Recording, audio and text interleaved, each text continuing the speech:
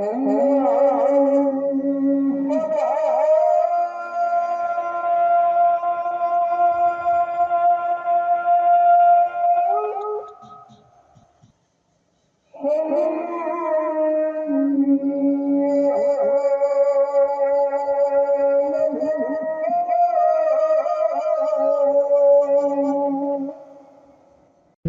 Abbas, may Allah be pleased with him, narrated that the custom of women wearing a belt was originated from the mother of Ishmael, Hagar. She first wore a belt so that Sarah, may Allah be pleased with her, would not find her, so that she would run away quickly. Then she and her son Ishmael came to Mecca with Abraham, may Allah be pleased with him, while she was still breastfeeding Ishmael. Abraham, may Allah be pleased with him, made them sit near a big tree near the Kaaba, which was where Zamzam is now, on the upper side of the mosque. At that time, there was no human being in Mecca. Therefore, there was no water. Abraham, may Allah be pleased with him, left them there and put dates in a leather bag and water in a skin for them. Then Abraham, may Allah be pleased with him, set out for his home. At that time, Ismail's mother followed him and said, "O Abraham, where are you going, leaving us, in this dry forest where there is no human being or anything?" They repeated this many times, but Abraham did not look at them. Finally, Hagar asked, "Has Allah commanded you to do this?" Abraham said, "Yes." Hagar said, "Then Allah will protect us and will not destroy us." So they returned and Abraham set out. When they reached the Thaniya mountain from where they were not visible, they turned to where the Kaaba is now, where they had left Hagar and Ismail.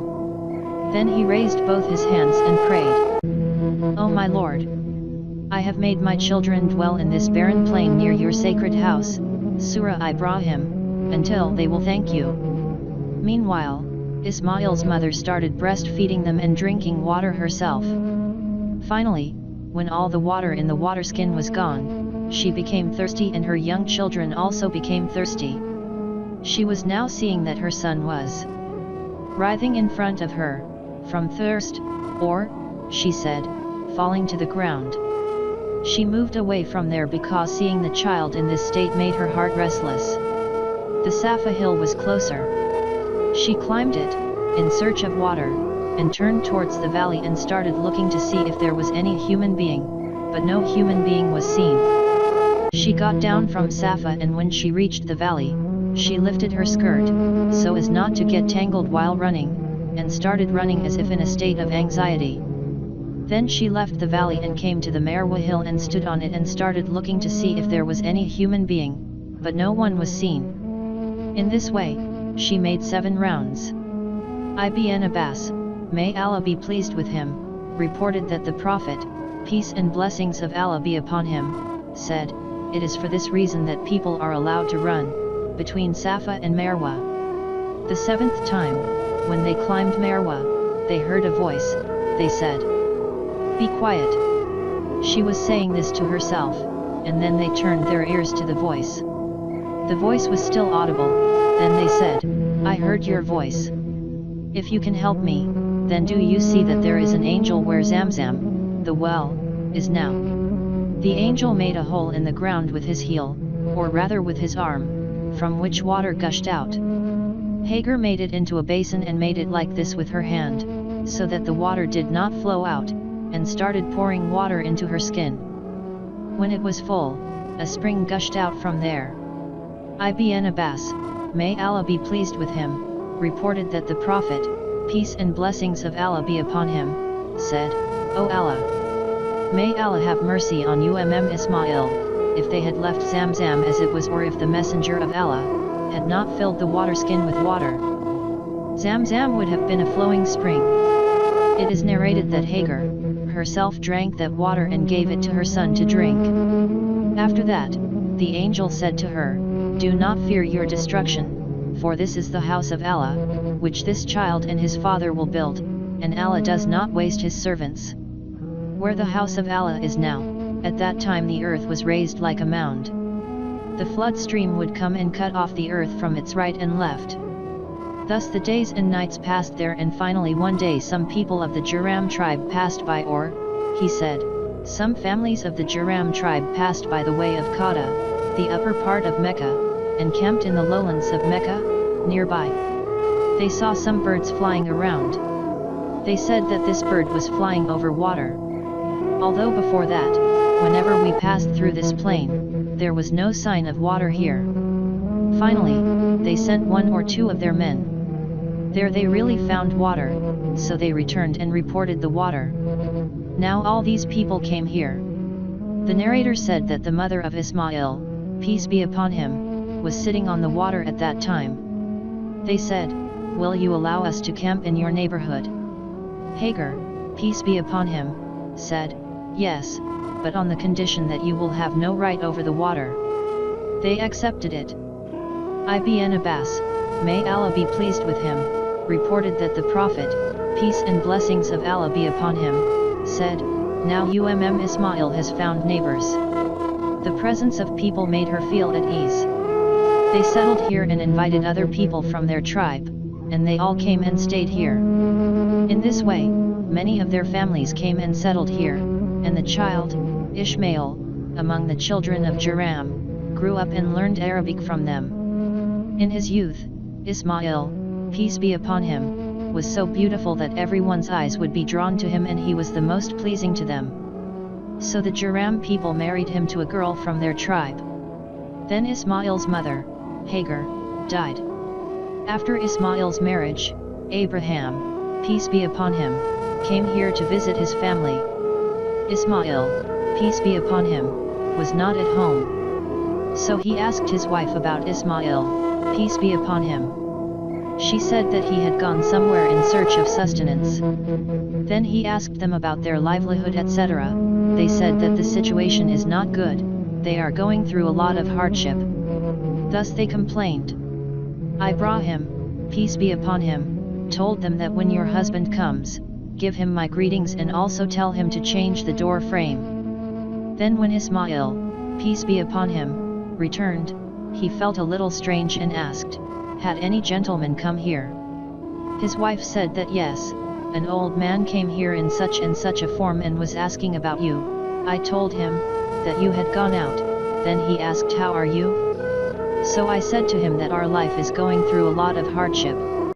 Ismail, peace be upon him, asked if he had given you any advice. His wife said that yes, he had asked me to give him my greetings, and he had also told him to change the door frame.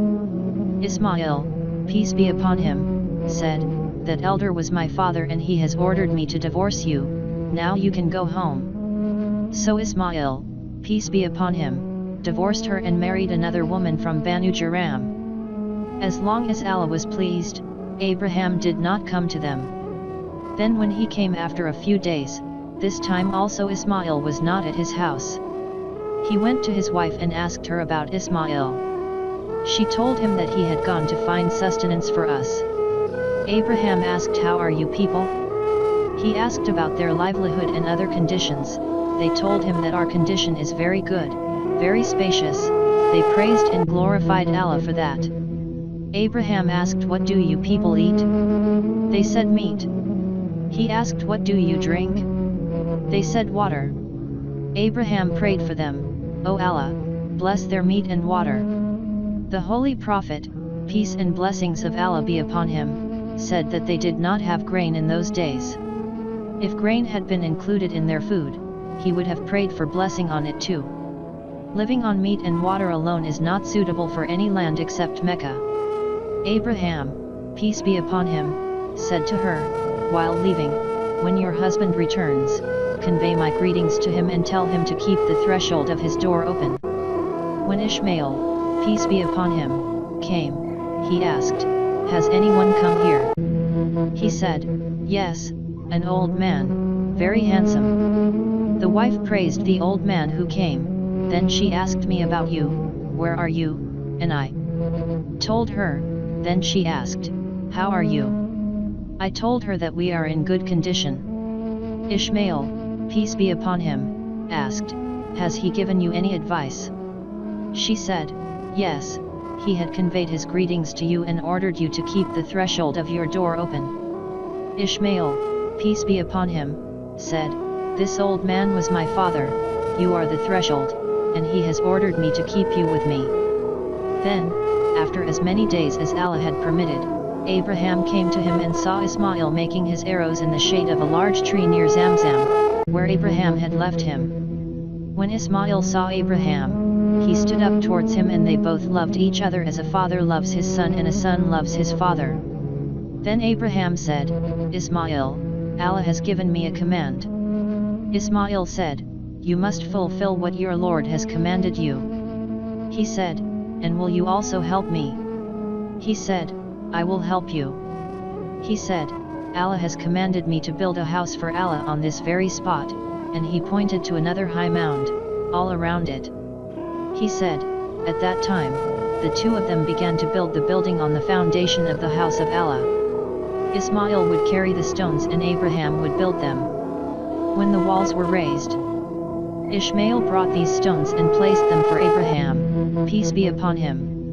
Now Abraham, peace be upon him, stood on these stones and started building. Ishmael, peace be upon him, kept laying stones, and both of them kept reciting this supplication, "Our Lord, accept this service from us, indeed you are the all-hearing, the all-knowing."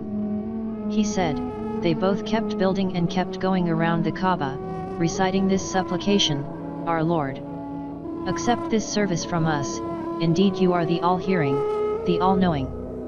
Sahih al-Bukhari/Kitab Hadith al-Anbiya/Hadith 3364